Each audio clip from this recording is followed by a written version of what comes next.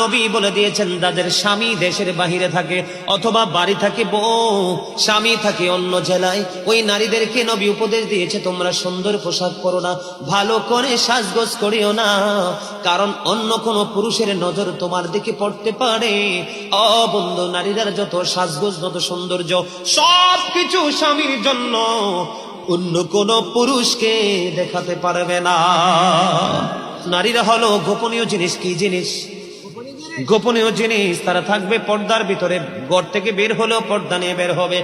যখন মহিলারা পর্দার বাহিরে চলে আসে গো, আমার নবী বলেছেন, শয়তান তখন তাদেরকে দেখে উকি ঝুঁকি দেয়। মহিলারা যখন বন্ধু পর্দার বাইরে যায়, দর্শনের শিকার হয়। কথা বলে না?